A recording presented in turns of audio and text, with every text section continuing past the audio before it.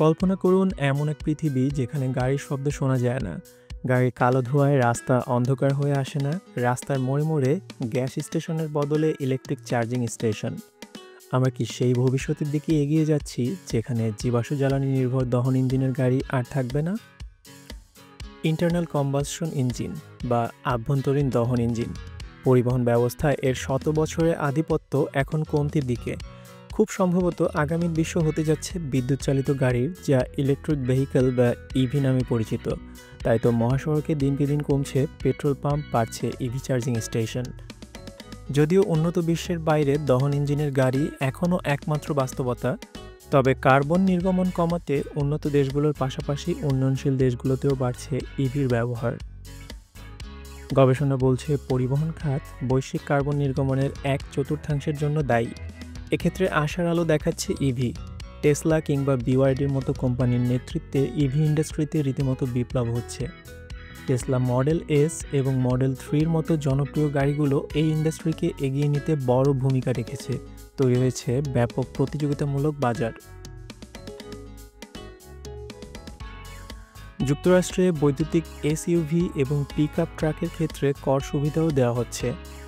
Tesla থেকে শুরু করে রিভিয়ান আর ফোর্ড ম্যাস্ট্যাং ম্যাক-ইর মতো মডেলগুলোর জনপ্রিয়তাও এখন চোখে পড়ার মতো। এসবের ধারাবাহিকতায় বড় গাড়ি উৎপাদনকারীরা দ্রুত জ্বালানি নির্ভর গাড়ি থেকে উৎপাদন কমিয়ে ইভি উৎপাদনে মনোযোগী হবার ঘোষণা দিচ্ছে।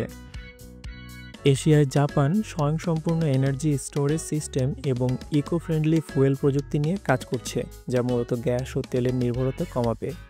দক্ষিণ কোরিয়াও নিজেদের ইভি উৎপাদনে উল্লেখযোগ্য উন্নতি করেছে। টয়োটা প্রিয়াস, নিশান লিফ, হুন্দাই লনিক আর কিয়া EV6-এর মতো মডেলগুলো বিশ্বজুড়ে জনপ্রিয় হয়ে উঠছে। তবে গত কয়েক বছরে ইভি ইন্ডাস্ট্রিতে সবচেয়ে এগিয়ে গেছে চীন। বৈদ্যুতিক ব্যাটারি, বিশেষত লিথিয়াম আয়ন ব্যাটারি উৎপাদনে চীনের ধারে কাছে নেই আর কোনো দেশ। বিওয়াইডি তো ইতোমধ্যে ইউরোপের বাজারে টেসলাকে পিছনে ফেলে সবচেয়ে বড় ইভি ব্র্যান্ডে পরিণত হয়েছে। নিও, এক্সপেং সহ আরও কিছু ইভি ব্র্যান্ড উঠে আসছে দেশটি থেকে। 2050 সালের মধ্যে চীনের কার্বন মুক্ত হওয়ার লক্ষ্যমাত্রা অর্জনে বড় নিয়ামক হবে এই ইভি কোম্পানিগুলো। যুক্তরাজ্যে ইভি ক্রেতাদের জন্য আর্থিক প্রণোদনা ঘোষণা করেছে সরকার। 2035 সালের মধ্যে পেট্রোল ও ডিজেল চালিত গাড়ি বিক্রি বন্ধ করার লক্ষ্য নির্ধারণ করেছে দেশটি। ইউরোপের আরেক দেশ জার্মানি ইভির পাশাপাশি পরিচ্ছন্ন গ্রিন বা সিনথেটিক জ্বালানির উপর কাজ করছে। জার্মান নীতি নির্ধারকরা মনে করে সম্পূর্ণরূপে ইভির উপর নির্ভরশীল হওয়া বিক্রেতা ও ভোক্তা উভয়ের জন্য সাময়িক সমস্যা তৈরি করতে পারে। তাই বিকল্প জ্বালানির দিকে হাঁটছে দেশটি। Italy, Belgium, Netherland, France, Norway সহ ইউরোপের অনেক দেশই ইভি প্রযুক্তিতে অর্থ বিনিয়োগ করছে। বৈদ্যুতিক যানবাহনে এই বিনিয়োগকে তারা তাদের টেকসই ভবিষ্যতের অংশ হিসেবে দেখছে। আবার উৎপাদন খরচ কমাতে বিভিন্ন কোম্পানি নিজস্ব ব্যাটারি উৎপাদনে বিনিয়োগ করছে, যেমন টেসলার গিগা ফ্যাক্টরি। ফক্সওয়াগেন আর নিশানের মতো বড় বড় কোম্পানি বিনিয়োগ করছে চার্জিং স্টেশন স্থাপনে। ইউরোপ আমেরিকা বাদেও ইভি চার্জিং নেটওয়ার্কে অভূতপূর্ব উন্নয়ন হয়েছে চীনে। টেসলা আর বিওয়াইডি রীতিমতো পাল্লা দিয়ে ইভি ব্যাটারি চার্জিংয়ের সময় কমিয়ে আনছে। ফলে ব্যবহার উপযোগিতার বিবেচনায় ইভির জনপ্রিয়তা বাড়ছে তরতরিয়ে। তবে দহন ইঞ্জিন থেকে বিদ্যুৎ চালিত ইঞ্জিনের ট্রানজিশনের কি প্রকৃত সমাধান? বৈশ্বিক পরিবহন ব্যবস্থা যদি শতভাগ বিদ্যুৎ নির্ভর হয়ে যায়, বিদ্যুতের চাহিদা বাড়বে বহুগুণ।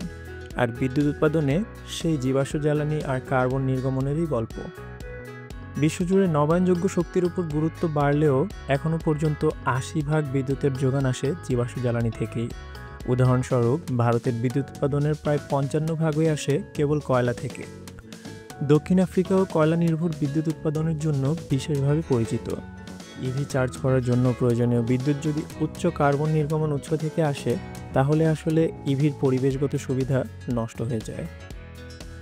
অন্যদিকে তেল উত্তোলনকারী কোম্পানিগুলো এখনও গ্লোবাল এনার্জি ডিমান্ডের বড় একটি অংশ পূরণ করছে। তেল নির্ভর অর্থনীতি, বিশেষ করে মধ্যপ্রাচ্যের দেশগুলো ইভি ইন্ডাস্ট্রির দ্রুত বিস্তারে আর্থিক এবং কৌশলগত চ্যালেঞ্জের মুখোমুখি হচ্ছে। তেলের চাহিদা হ্রাসের কথা মাথায় রেখে দেশগুলো তাদের অর্থনীতি বৈচিত্র্যময় করার পরিকল্পনা করছে। সৌদি আরবের ভিশন 2030 এবং সংযুক্ত আরব আমিরাতের বিভিন্ন বিনিয়োগ প্রকল্প এ ধরনের পরিকল্পনার অংশ। তাদের লক্ষ্য তেল নির্ভর অর্থনীতির পরিবর্তে টেকসই এবং বৈচিত্র্যময় ব্যবসায়িক পরিবেশ তৈরি করা, যেখানে বিশেষ জোর দেওয়া হয়েছে নবায়নযোগ্য শক্তির ওপর। এছাড়া উন্নয়নশীল দেশগুলোতে ইভি চার্জিং অবকাঠামো সীমিত হওয়ায় ইভি ব্যবহার বাড়ছে মন্থর গতিতে। আবার পরিবেশ বান্ধব ব্যাটারি উৎপাদন প্রযুক্তি এখনও একটি বড় চ্যালেঞ্জ। উন্নয়নশীল এবং স্বল্পোন্নত দেশগুলোর জন্য জলবায়ু যুদ্ধে তাই এখনও দহন ইঞ্জিনের বিকল্প হয়ে উঠতে পারেনি ইভি। 2023 সালে বিশ্বজুড়ে বিক্রি হওয়া প্রতি 5টি গাড়ির মধ্যে একটি ছিল বৈদ্যুতিক গাড়ি। 2040 সালের মধ্যে সংখ্যাটা আরও কয়েক গুণ বৃদ্ধি পাবে। চীন, যুক্তরাষ্ট্র আর ইউরোপ মিলে এই রূপান্তরের নেতৃত্ব দিচ্ছে। যদিও নিশ্চিতভাবেই বলা চলে জীবাশ্ম জ্বালানি নির্ভর গাড়ি দ্রুতই সরছে না রাস্তা থেকে। তবে ভবিষ্যৎ বিশ্বটা হতে চলেছে বৈদ্যুতিক গাড়িরই, এ ব্যাপারে সন্দেহ নেই কারো।